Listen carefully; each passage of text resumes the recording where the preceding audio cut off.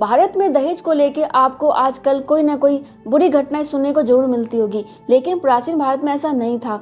दहेज नाम की कोई चीज नहीं थी, किसी को भी दहेज नहीं दिया जाता था। तो क्या दिया जाता था? दिया जाता था स्त्री धन, जो कि केवल कन्या के लिए ही होता था, जिसमें कि गाय होती थी, क्योंकि आपको पता है हमारे धर्म में गाय को काफी शुद्ध माना जाता है, पवित्र माना जाता है।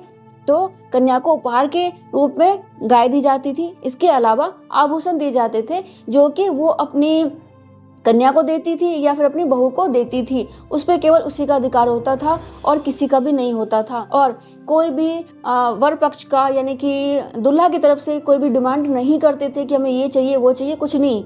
जो भी दे दिया दे दिया, नहीं दिया नहीं दिया। उनको इस बात से कोई भी मतलब नहीं होता था।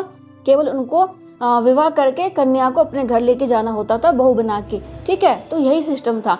लेकिन धीरे धीरे क्या हुआ कि यह जो स्त्री धन है ना, वो एक दिखावा के रूप में समाज में पनपने लग गया। जो अमीर लोग होते थे वो बहुत ज़्यादा खर्चा करते थे, बहुत ज़्यादा अपनी कन्या को सामान उपहार देते थे, ताकि समाज में उनकी प्रतिष्ठा बने कि हाँ, इसने बहुत ज़्यादा खर्चा कर लिया शादी विवाह पे।